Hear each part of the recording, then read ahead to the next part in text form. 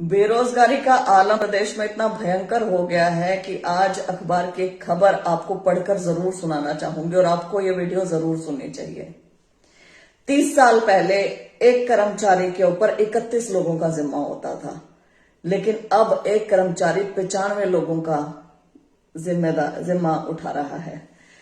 जरूरत 9.20 लाख कर्मचारियों की है, लेकिन काम केवल 2.85 लाख कर्मचारी ही कर रहे हैं। गैप देख रहे हो?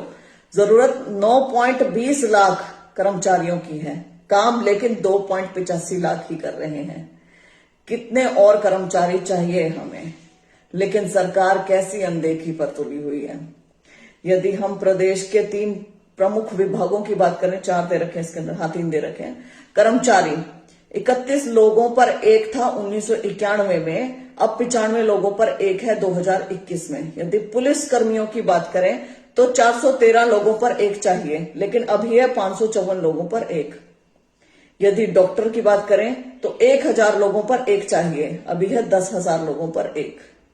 यदि सरकारी स्कूलों में शिक्षक देखें तो 23 छात्रों पर एक शिक्षक थे 2020 में, जो कि अब 26 छात्रों पर एक शिक्षक हैं। प्रदेश में लगातार घट रहे हैं सरकारी कर्मी और भर्तियों में सरकार तेजी नहीं ला पा रही है। मंशा नहीं है इनकी। 4.5 साल के निष्क्रिय रहे, सीट इन्होंने क्वालिफाई नहीं करा, सब बच्चों की आस को तोड़ा, सबके सपने तोड़ दिए। सारे के सारे इनके दरवाजे पर आंदोलन, प्रदर्शन सब कुछ करते रहते हैं, लेकिन ये सबको इग्नोर करते हैं। बहरहाल इस खबर को मैं पढ़ना चाहूंगी। हरियाणा में सरकारी कर्मचारियों की संख्या लगातार घट रही है, लेकिन नई भर्तियों में तेजी नहीं लाई जा रही है। महज 3 दशक पहले 1991 में प्रदेश में 4 लाख से ज्यादा सरकारी कर्मचारी थे प्रदेश में। देखो जनसंख्या भी उस समय कितनी कम होगी, लेकिन कर्मचारी भी ज्यादा थे।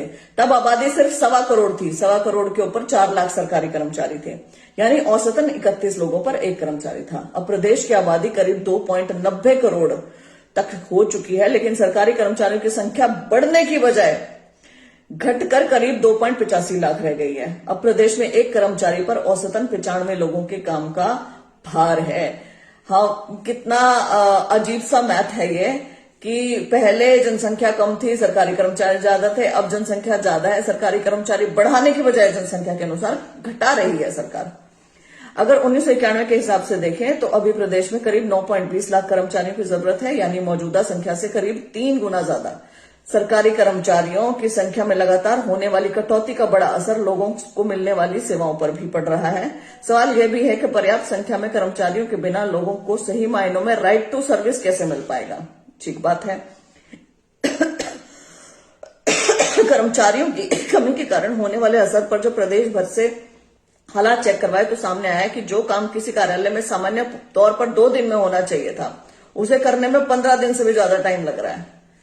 हम प्रगति करने में आगे जा रहे हैं कि हम पीछे जा रहे हैं? हम क्या आदि मानव के जमाने तक जाने वाले हैं?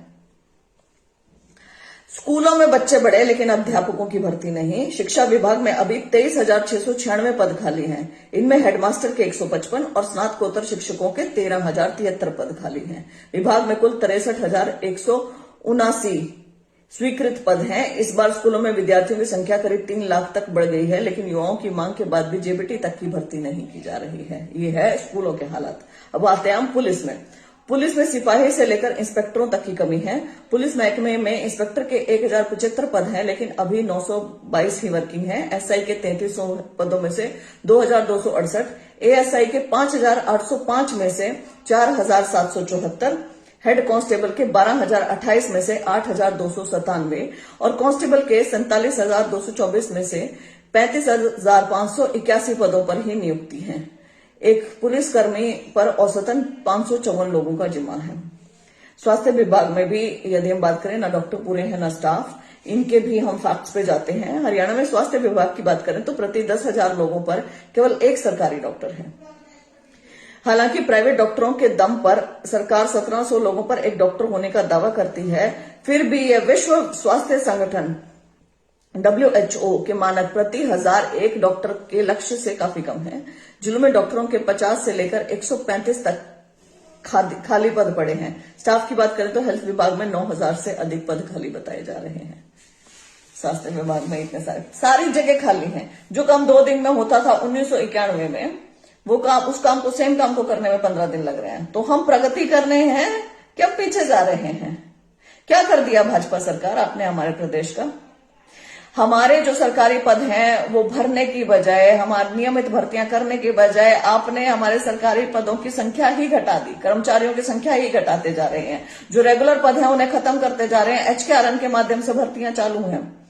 ये आंकड़े ऐसा नहीं है कि मैंने बनाए हैं, ये अखबार में आए हैं, ये फैक्ट्स हैं, ये कोई कोरी बातें नहीं हैं। और इसको देखें, समझें, विश्लेषण करें और फिर यदि आपके पास ये आए वोट मांगने के लिए तो इनसे सवाल जरूर करें।